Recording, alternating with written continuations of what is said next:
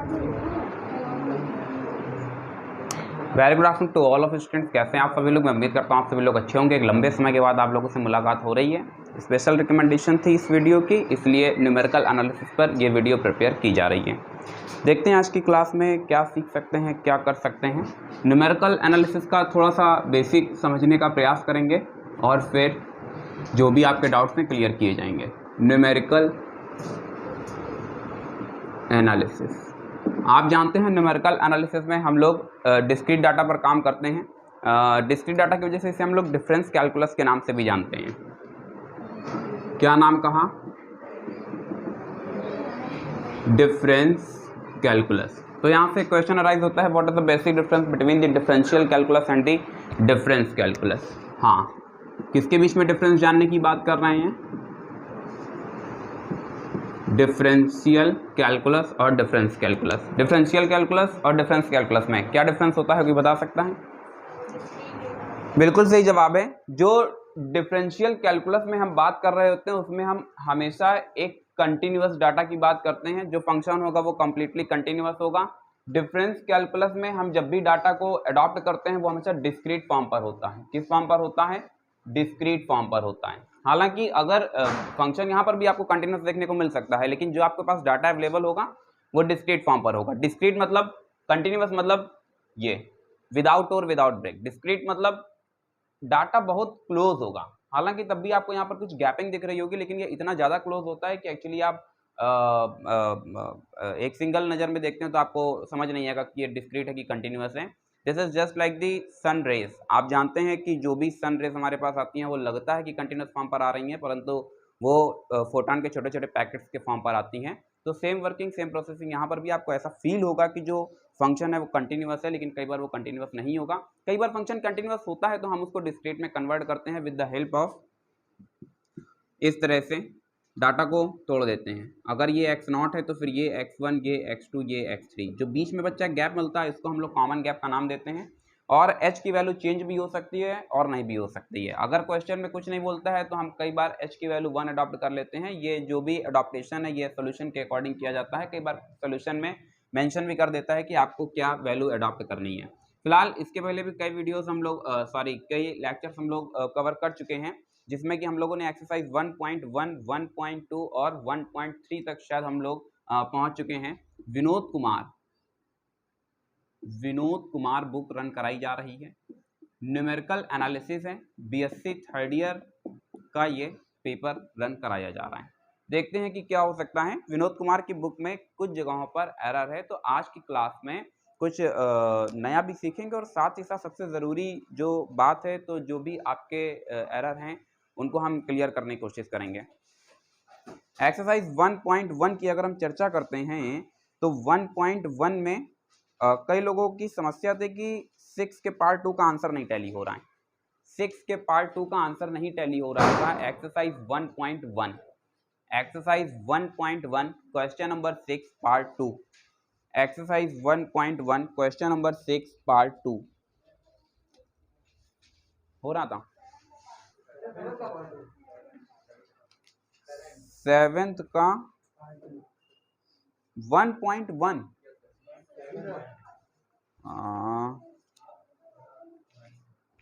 1.1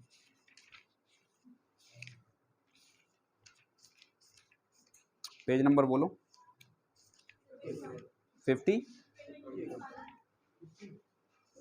21। हाँ ठीक है, 7th का पार्ट 2। ठीक है, 7th का पार्ट 2, 7th के पार्ट 2 में हाँ समझने का प्रयास करेंगे। 7th का पार्ट 2, 7th का पार्ट 2, 7th के पार्ट 2 में ये एक एससी मलिक, एक बुक है गुप्ता एंड मलिक।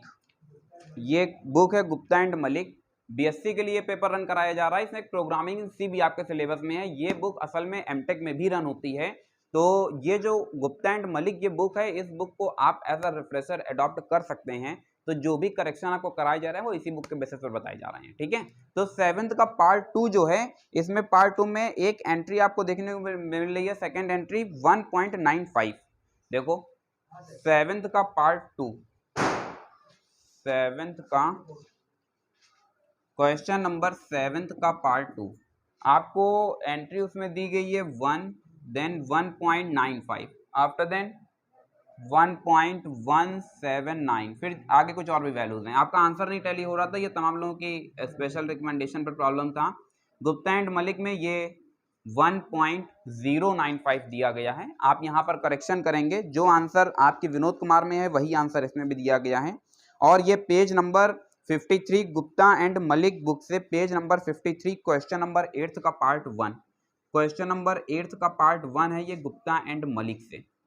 ये भी एक्सरसाइज में ही वहां पर मेंशन किया गया है। अभी इसको आप अडॉप्ट करेंगे तो मुझे लगता है कि आप आंसर को एक्सेस कर पाएंगे।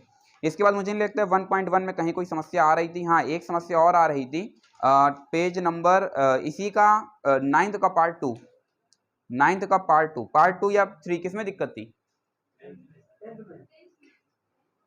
10th में दिक्कत नहीं होगी। पार्ट थर्ड में ठीक है। थर्ड वाला जो हम लोगों ने सिंप्लीफाई किया हुआ था, जो 8th का पार्ट थर्ड हम लोगों ने सिंप्लीफाई किया हुआ था, वो एकदम सही सिंप्लीफाई किया गया था। जो आंसर हम लोगों का आ रहा था वही आंसर गुप्ता एंड मलिक में आ रहा है।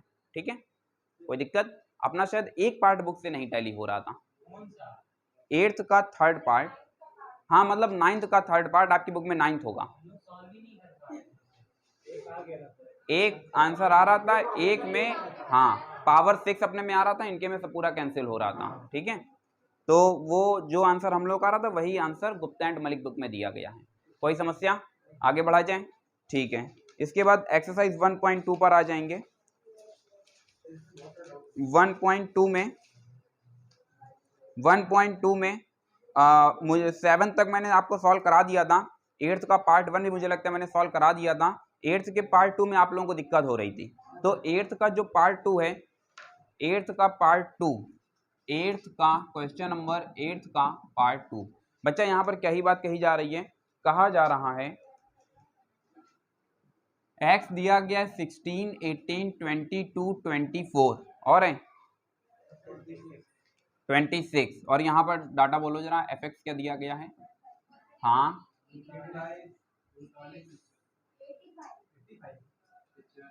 हाँ हाँ हाँ हाँ,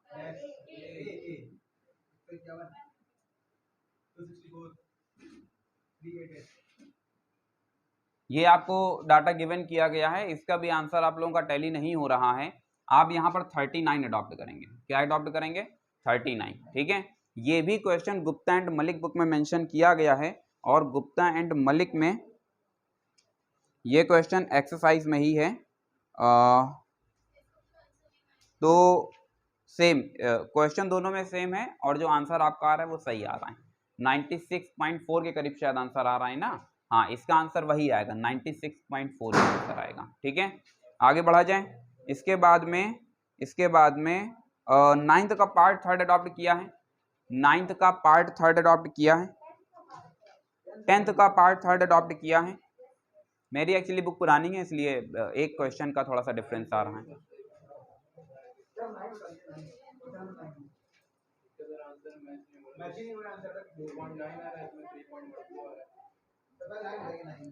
2.9 सॉल्व हो गया है। ठीक है, बहुत बढ़िया। शीतल शेयर करेंगे सोल्यूशन सभी के साथ ग्रुप में। ठीक है, ठीक है, शेयर कर देंगी। एक 10th का जो थर्ड पार्ट है, मुझे लगता है बस इसमें दिक्कत होनी चाहिए। 10th के थर्ड पार्ट में, 10th का जो थर्ड पार्ट है, इसको किसी ने अडॉप्ट किया है? 10th का थर्ड पार्ट। अच्छा, आंसर आ गया है। ठीक है, बेहतर। इसके अलावा और किसमें दिक्कत हो रही है? क्वेश्चन नंबर 9th में क्या बात कही जा रही है? क्वेश्चन नंबर 9th, देखिए क्वेश्चन नंबर 9th में कहीं कोई समस्या आने वाली नहीं है। और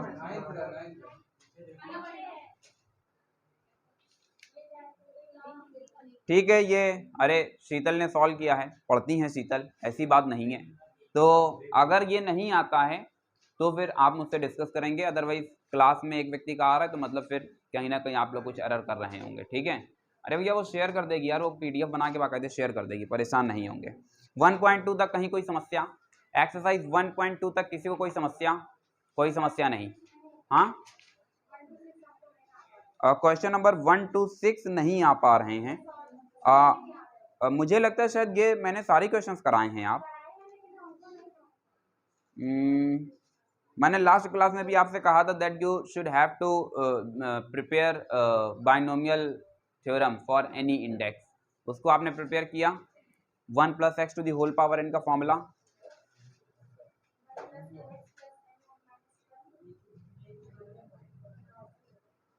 जब तक वो नहीं प्रिपेयर होगा तब तक यहाँ पर प्रॉब्लम्स आती रहेंगी, ठीक है।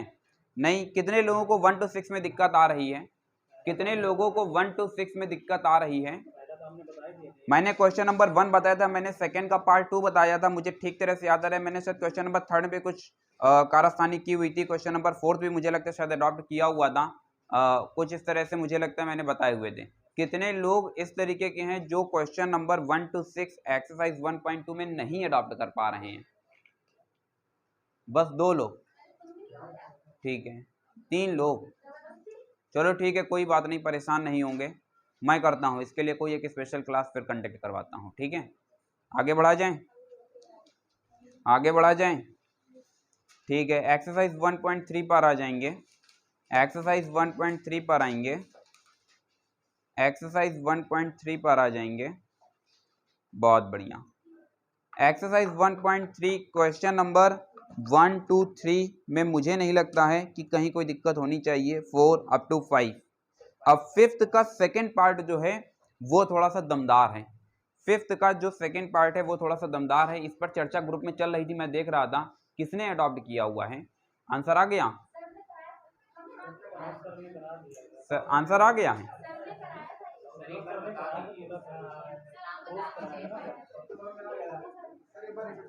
नहीं यार, इसका आंसर तो आना ही नहीं चाहिए था। कहाँ प्रूफ है? उसमें लिखा है फाइंड द फंक्शन। अब 4 देखें, उसमें देखें कौन सा नंबर है। हाँ, 5th का पार्ट 2। फिर भैया ये इस क्वेश्चन में करेक्शन है यार, आंसर कैसे ही आ गया? इस क्वेश्चन में करेक्शन है यार, इस क्वेश्चन में करेक्शन है और ये करेक्शन इस बुक में ऑलरेडी अवेलेबल है। ये जो क्वेश्चन है ये क्वेश्चन इस बुक में है।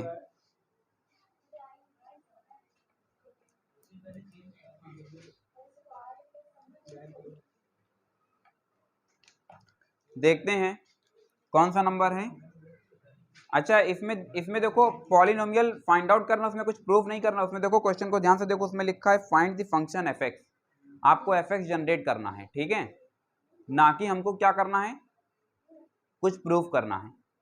तो एक्स सी एन सर का क्या आया था? हाँ, एक्स सी एन -1। हाँ यार, मेरी बुक में -1 है, +1 आ रहा है।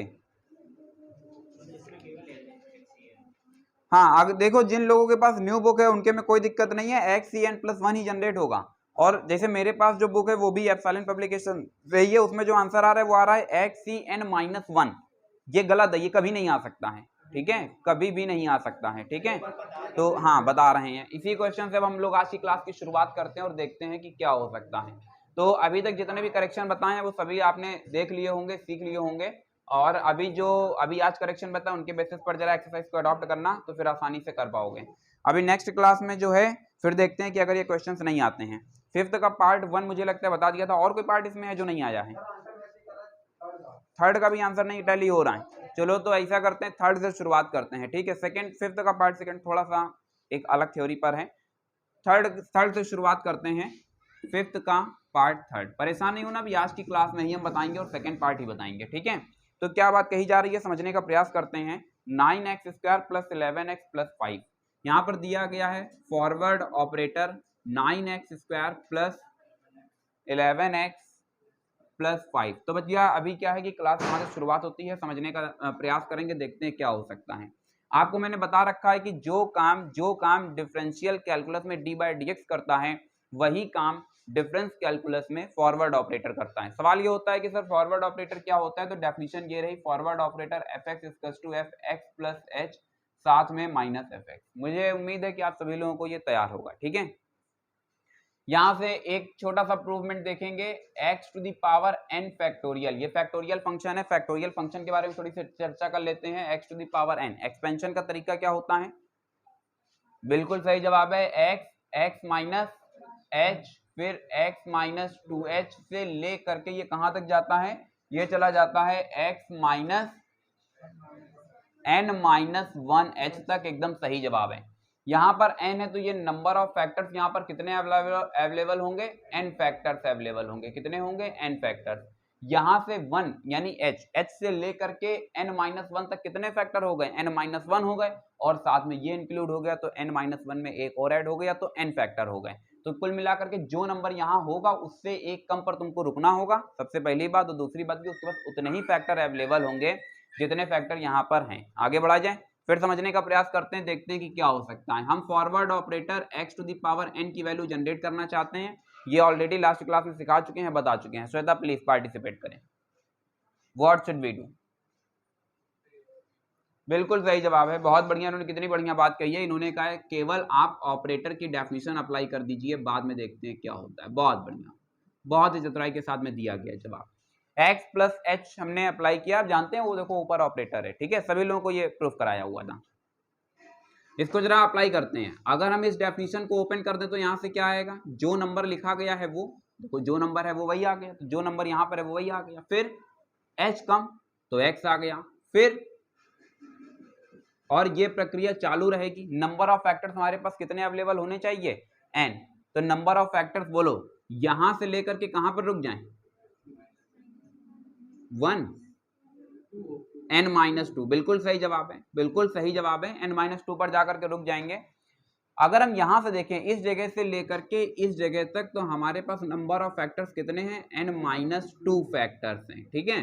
फिर एक ये इंक्लूड हुआ, एक ये इंक्लूड हुआ, तो दो और इंक्लूड हो गए, तो सिंपली n फैक्टर्स हमारे पास अवेलेबल है। अब कंफ्यूज नहीं होना कि वहां पर n था, n माइनस 1 पर रोक दिया, यहाँ पर n माइनस 2 पर रोक दिया। कुल मिलाकर के बता दिया कि नंबर ऑफ फैक्टर्स हमको कंसीडर करने होते हैं। हाँ, ये वाली जो वैल्यू है ये तो यही कॉपी पेस्ट हो जाएगी। तो मतलब x से शुरुआत होकर के x minus n minus 1h पर जाकर के रुक जाएगा। क्या यहाँ तक कोई समस्या? क्या यहाँ तक कोई समस्या? n माइनस 2h और n माइनस 1h में बड़ा कौन सा होगा? n माइनस 1h बड़ा होगा, तो माने x minus n minus 2h को कॉमन कर सकते हैं या नहीं कर सकते हैं? चलिए भाई, आप लोग कह रहे हैं तो फिर मैं भी मान लेता हूँ। साथ में कुछ और भी कॉमन हो सकता है। इधर x से शुरुआत होगी, x minus h, x minus 2h से ले करके x minus n minus 2h यहां तक देखो पहुंचे। अभी ये n माइनस 2h, ठीक है। यहां से क्या बचता है? x प्लस h बच जाता है। साथ ही साथ यहां से देखो इसका ठीक जो प्रीसीडिंग टर्म होगा वो क्या होगा? इसका ठीक प्रीसीडिंग टर्म क्या होगा? x minus n minus 2h, वो तो कॉमन हो गया, तो जो बचा वो क्या बच गया? x minus n minus 1h। गहराई से समझते रहेंगे और देखेंगे x minus h, x minus 2h से ले करके x minus n minus 2h, यहां से x minus h minus x plus nh minus h। क्या यहां तक चीजें क्लियर हैं? क्या यहां तक चीजें क्लियर हैं? ये देखो गड़बड़ हो रहा है, ये वाला माइनस प्लस में नहीं जाएगा, प्लस वाला प्लस में ही रहेगा। मुझे लगता है शायद x से x कैंसिल हो रहा है, h से h कैंसिल हो रहा है, बचता क्या है? nh। बाकी जो बच रहा है x माइनस h से ले करके x minus n minus 2h।